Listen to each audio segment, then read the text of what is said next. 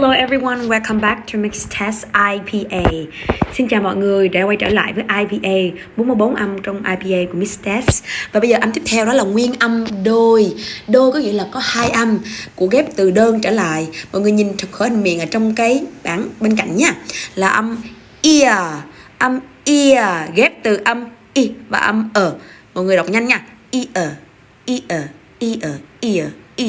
Ear, đã ra âm rồi đó.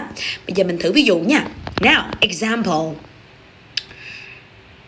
Ear, clear, ear, beer, ear, cheers, ear, year, ear, here, ear, here. Cái từ here ở trên với cái từ here ở dưới tuy đọc khác giống nhau nhưng mà nghĩa của nó khác nhau. Trường hợp này mình sẽ gọi là đồng âm khác nghĩa. Okay, last one. Ear, beard.